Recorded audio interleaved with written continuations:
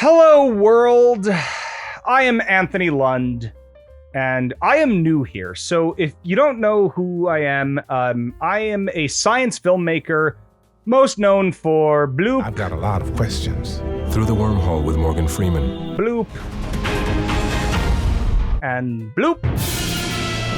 I have a confession to make.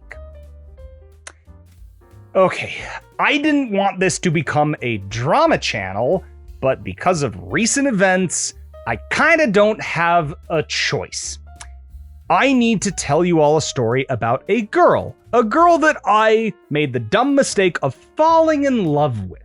I thought that this girl was my future. In fact, I thought she was the future of all humanity. I mean, just look at her.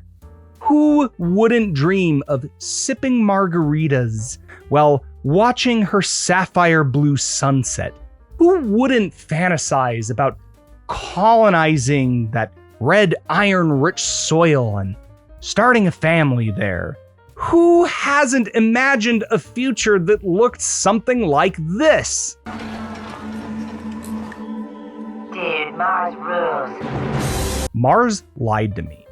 And she's lying to all of you, and she will stop at nothing to gold dig us for every penny that we have. Long ago, somebody decided to name her after the Roman god of war for whatever reason. But if they were really paying attention, they would have named her after the Egyptian god Thoth.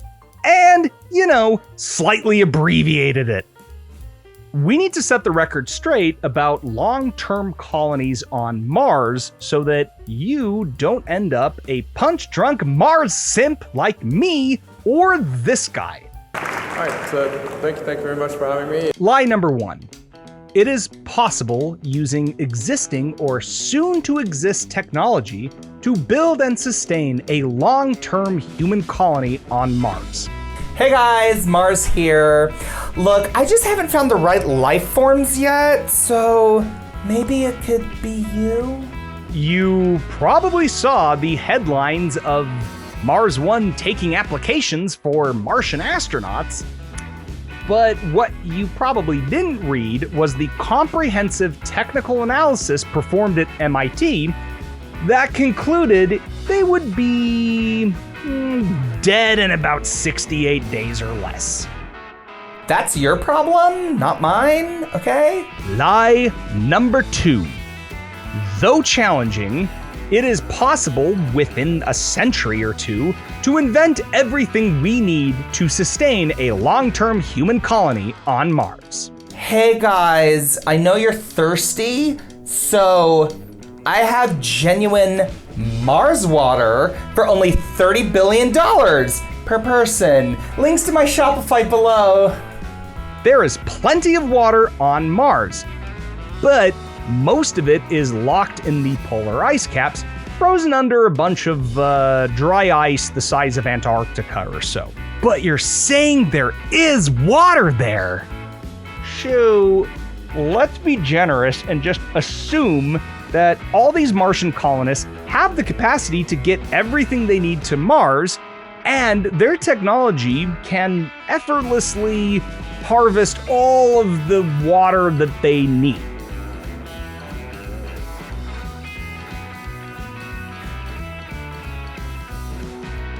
All right, water, check. What's next?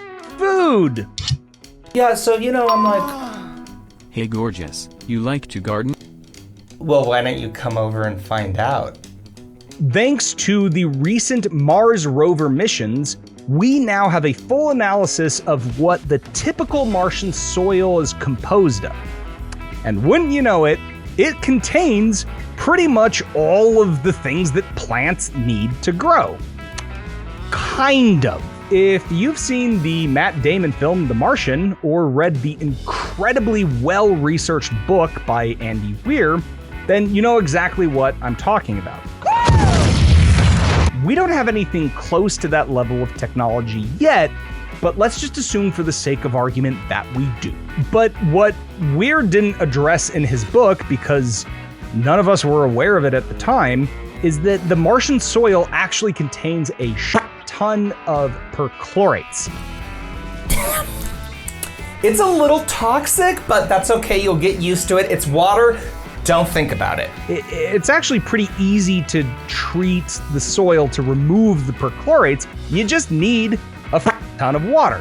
That's really easily done on Earth, but on Mars, very, very difficult. We don't have anything close to that level of technology yet, but let's just assume for the sake of argument that we do. OMG, Anthony, I'm your neighbor planet, and you should be nice to the girl next door, okay? Yes, Mars, I give you that. We are cosmic neighbors, but that does not change the fact that once we pack up all of the shit we need to live on you, it takes 9 frickin' months to get there. We don't have anything close to that level of technology yet, but let's just assume for the sake of argument that we do. It's water on Mars. What more could you possibly want out of a planet, okay? You need fucking gravity. And Mars does not have enough of it, and she never will, no matter how much you think that she's going to change. Mars is only 1/3 of the mass of Earth. So no matter where you go on Mars, the greatest gravitational pull that you're ever going to feel is only going to be about 1/3 of that on Earth. You might not care about that, and you might think it's great to way less on Mars. Okay, but I'll tell you who really, really cares about that. Your unborn child. Neuroscientist Rachel Seidler is one of the world's leading experts on how low gravity and next to no gravity environments affects the human body. Here's what she has to say about growing a human infant to term on Mars. Oh God, no. Oh God, please no. Just no. I may be embellishing what her research literally says, but the gist is the same. Human gestation is a really complicated process, and gravity plays an essential role at almost all stages of human fetal development.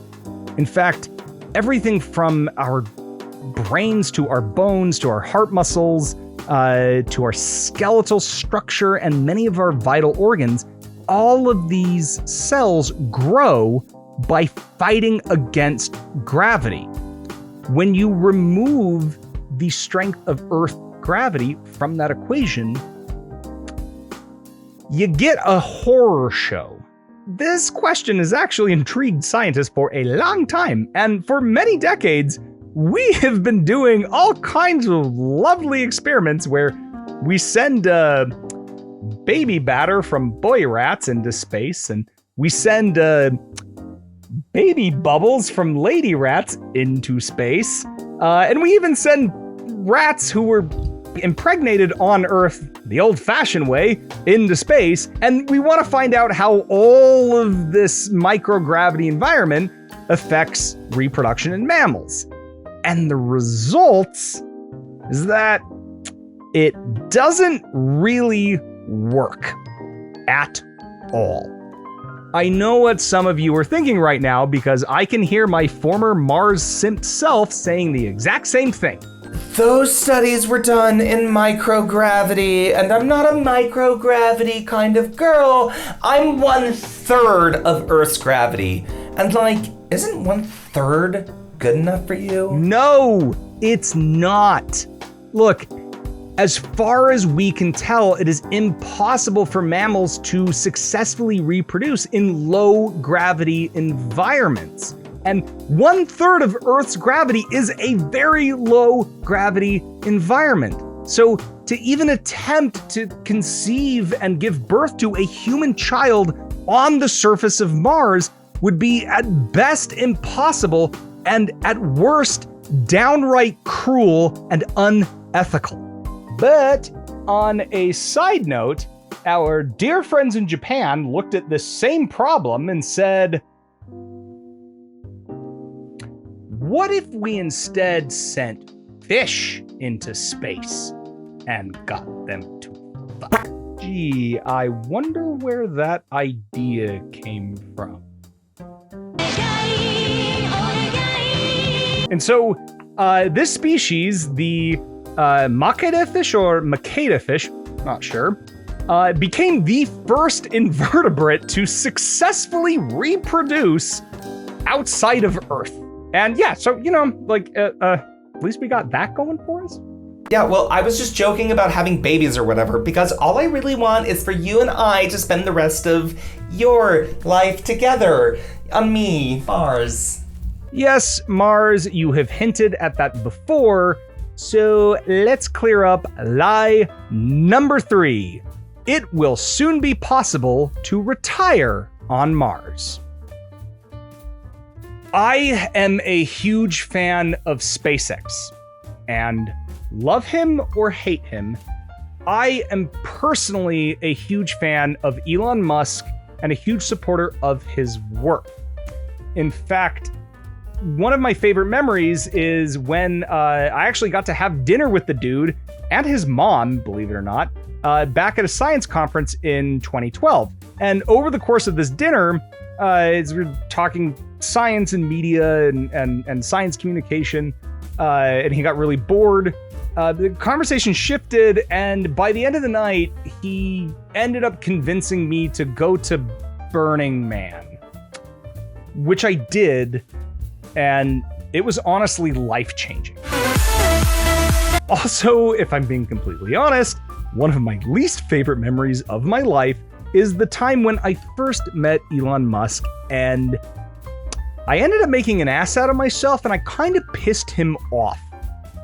Lucky for me, when we had dinner with each other, he did not remember that incident. So if you want to know the story, I'll tell it to you all another time. Elon has been really kind to me, and he even once saved my ass when I needed a location to film at in Los Angeles that would look somewhat close to the LHC particle lab at CERN. On the other side of the planet, at the Large Hadron Collider, particle physicist Maria Spiriopoulos is also looking for unexpected changes in the force of gravity.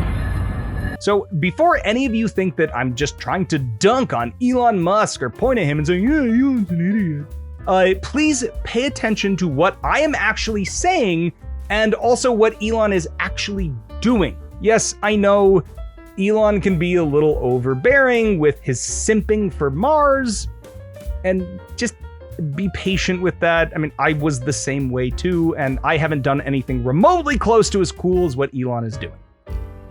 So, with all of that being said,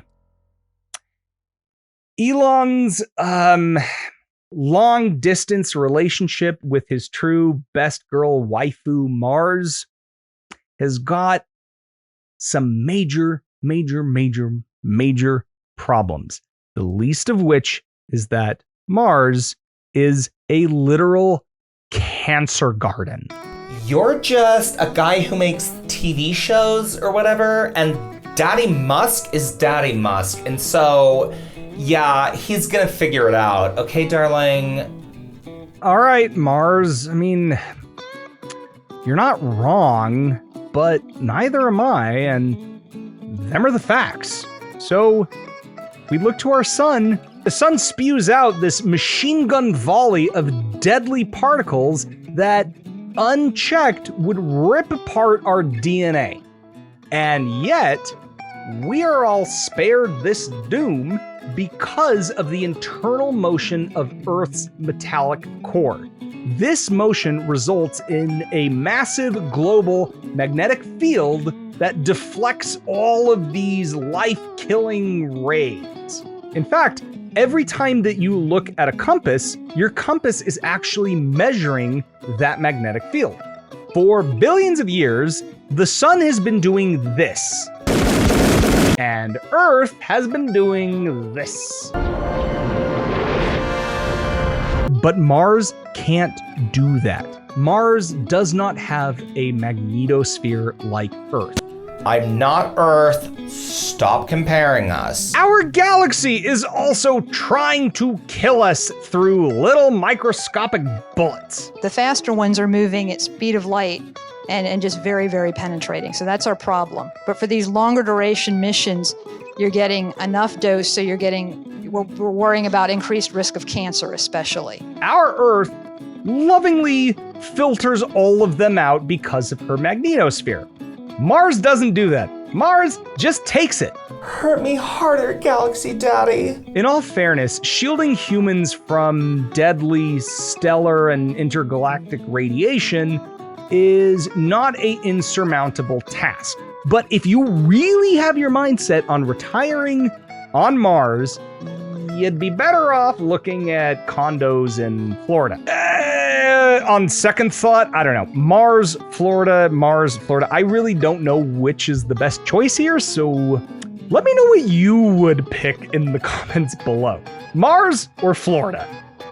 But yet, the idea of just visiting Mars and not setting something up more long-term with her, I mean, that idea was just repulsive to a Mars simp like me. I mean, why would you go to all the trouble if you weren't going to get serious and commit to something long-term with Mars?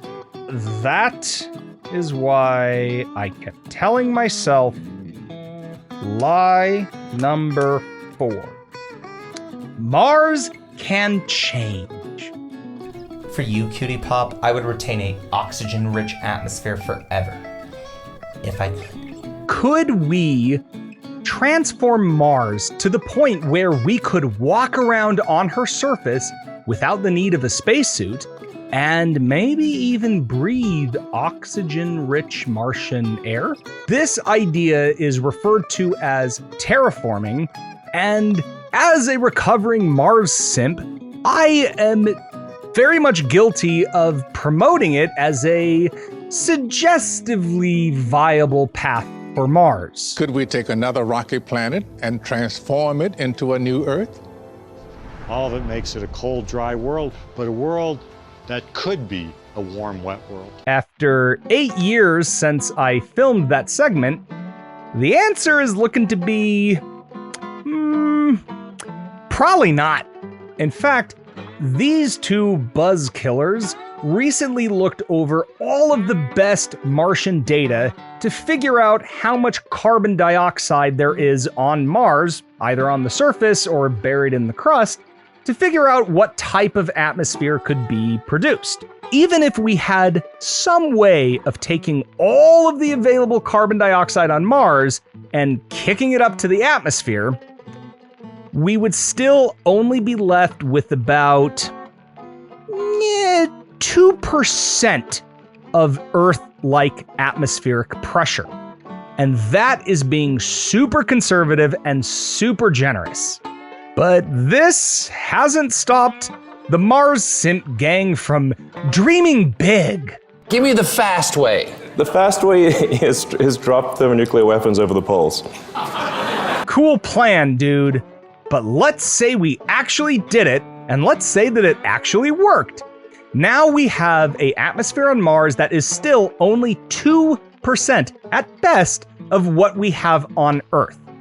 Any would-be Martian that wants to live there without the aid of a spacesuit would be so much better off living the rest of their life on the summit of Mount Everest, well above what they call the death zone.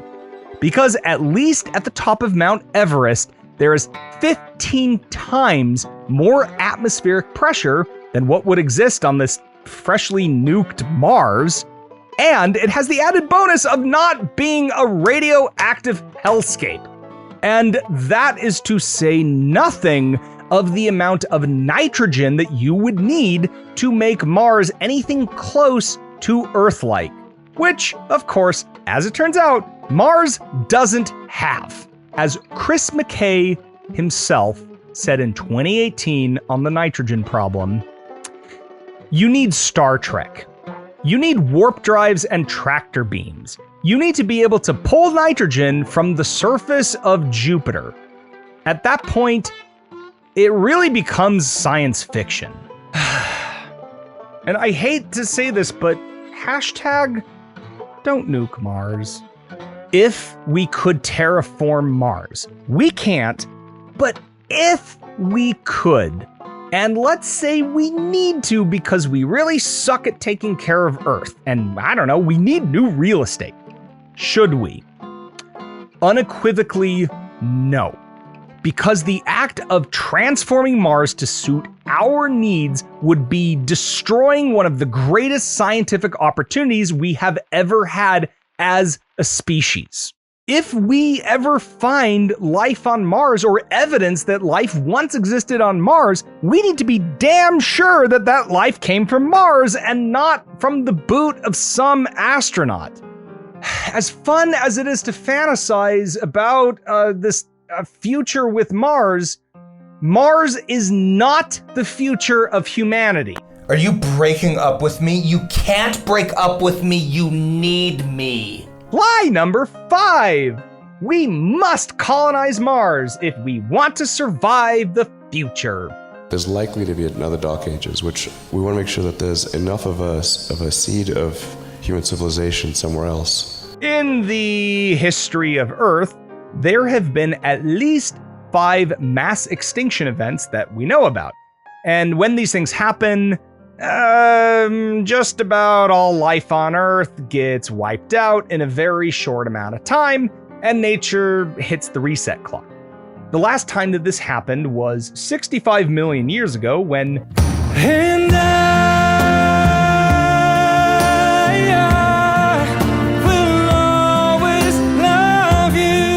we are also smart enough to know that our understanding of how nature can wipe out all life is probably limited and almost definitely incomplete. Therefore, this idea of creating a backup of the human species, well, personally, I think that there is a lot of wisdom in that. Which then, of course, begs the question, where is the best place to do that? Ooh, it's me, it's me, it's me! Everything is not always about you, okay? The best place to build a ark of Homo sapiens, if you will, is actually right about here. You dig down a couple 100 meters, and then right about there, you hollow out a big cave, along with everything you need to dig out more cave, and you put in everything that you and all of your unborn children and their descendants need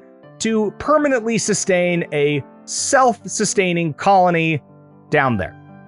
We are already doing something kind of like that, but for seeds and plants. This is the Svalbard Global Seed Vault, conveniently located in a part of Norway that even Norwegians think is too cold and too remote to mess with. Deep inside this vault, there are over 400,000 cryo-frozen seeds, along with everything our descendants would need to repopulate the Earth with plants. You know, just in case. And this facility is so good at preserving life and genetic information that it's been called one of the most important scientific inventions of all time. If you still think that Mars would be a better place to do this just because it's not Earth, well, you gotta consider this damning fact. For the foreseeable future, any human beings living on Mars would be directly dependent on there being a functioning and well-funded and well-oiled space-faring civilization machine back on Earth. If anything threatens that, the Martians?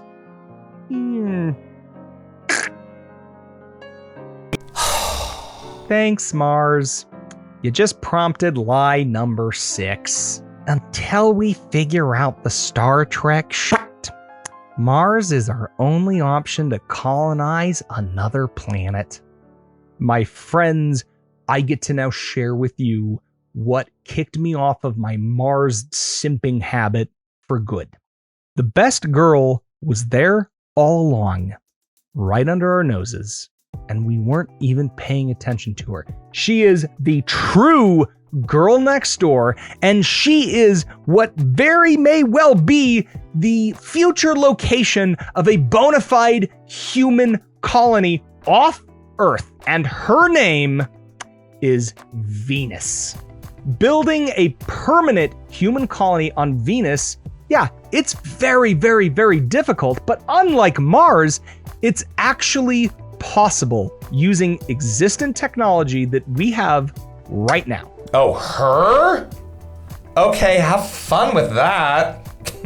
Omega lol. F's in the chat. F's in the chat right now, okay? If we live long enough to see some form of permanent human settlement on another planet, mark my words, it will be Venus, not Mars. You want to know why we can actually go to Venus right now if we really wanted to, but we're not? Well, stay tuned to this channel because there's a lot more on that coming. I just hit unsubscribe, dislike, downvote, get it out of here, bye. Is all of this Mars hype really worth it? It pains me to say this as a recovered Mars simp, but yeah, it kind of is. Because lie number 7, Elon Musk, NASA, and the Mars Simp gang are wasting time and money. Believe it or not, NASA has been quietly breaking up with Mars, or at least the version of Mars that we all have in our heads. You see, every 10 years, members of the US National Academies of Science, Medicine, and Engineering all meet to set research priorities for the next decade going forward. In 2003, Mars was the belle of the ball. In 2013, kind of.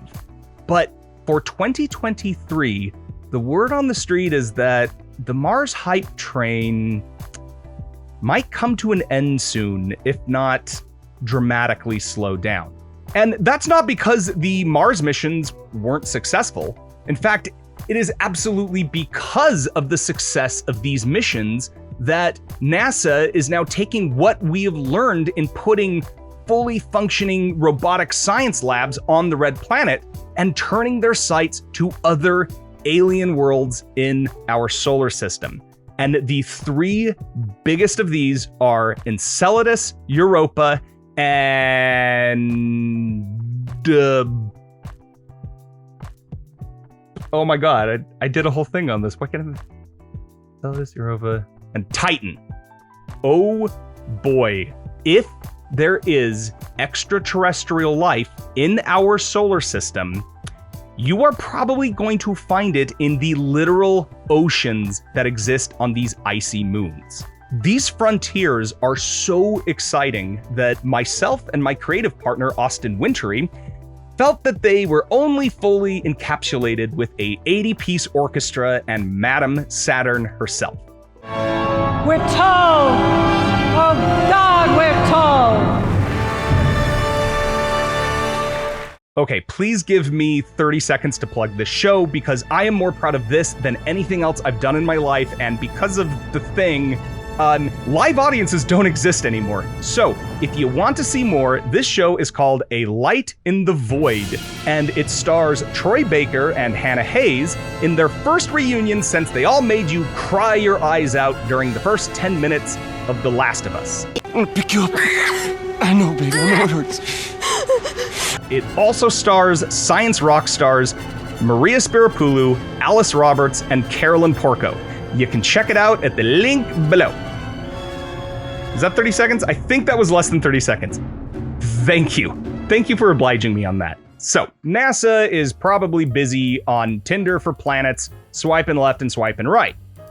So what are we to make of the king of all Mars simps, Elon Musk? For anybody who is familiar with the science of this, it's really tempting to laugh at Elon when he says dumb shit. Drop thermonuclear weapons over the poles. You're a super villain. And it's equally tempting to rush to his defense, lest you sound like the New York Times in the 20s that said, and I quote, "Rockets don't work in space and Robert Goddard is a fool." I personally think that both viewpoints are wrong and completely miss the point of what Elon Musk and SpaceX are doing. If I were to reword the SpaceX mission statement based off of what it is that they actually do, it would go something like this. SpaceX, we move heavy shit to and from Earth at unbeatable prices. That's really it. That's what they're doing, and they're doing a damn good job of it. And that is the most critical step into us transforming into a interplanetary species. And yeah, so it's easy to criticize Elon Musk because of his let's go do it attitude. And he's hypnotic. I mean, the dude convinced me to go to Burning Man, and I did, and I loved it. When I look at Elon Musk, I really see the unholy love child between Cornelius Vanderbilt and Marilyn Monroe. Vanderbilt was one of the richest people to ever live, and he built his fortune by figuring out very clever ways to get people from New York City to all of that sweet, sweet, sweet gold out there in San Francisco in the days of '49. And if nuclear warheads existed in Vanderbilt's day, then I almost guarantee you he would have said some crazy shit like that we must now look towards Panama and nuke the ever-living shit out of it until boats can float through it. And this, my friends, is what I think Mars simping is ultimately all about. Mars is a 21st century echo of that great gold rush of 1849 that prompted thousands of Americans to sell everything they had, root up their homes, and get to California or bust. The fantastical promise of humans living on Mars may turn out to be just as vacuous as those mountains of gold that allegedly existed in 1849. And just like that gold rush, if you are really, really clever, you're not going to bother with the gold itself, and instead, you are going to sell pickaxes and shovels, and most important of all, What you see here, which is affordable transportation. Look, I'm so in love with this bitch. She ignoring my DMs, and I told all my friends, and they call me a simp. Every time she posts a pic, I reply with a gift, but she dubbed me again. You know, life is a bitch. Okay. I am Anthony Lund, and I want to thank you again for hearing what I have to say. This is a brand new channel, so if I have earned a like or a subscribe from you, then I just want to say thank you. It really means a lot. If I haven't earned that from you yet, that is okay too. I sincerely hope to earn it from you someday. To that end, you can follow me at Anthony Lund _ on all the blah blah blahs, and you can join me for my live streams via the link below. She doesn't know it yet, but I could be her boyfriend. I'm so in love with this bitch. She ignoring my DMs, and I told all my friends, and they call me a simp. I am literally using fucking energy drink in this because I don't have any food dye, so bootstrap. All right, let's go. Here we are at Science Education. Me again, you know life is a bitch.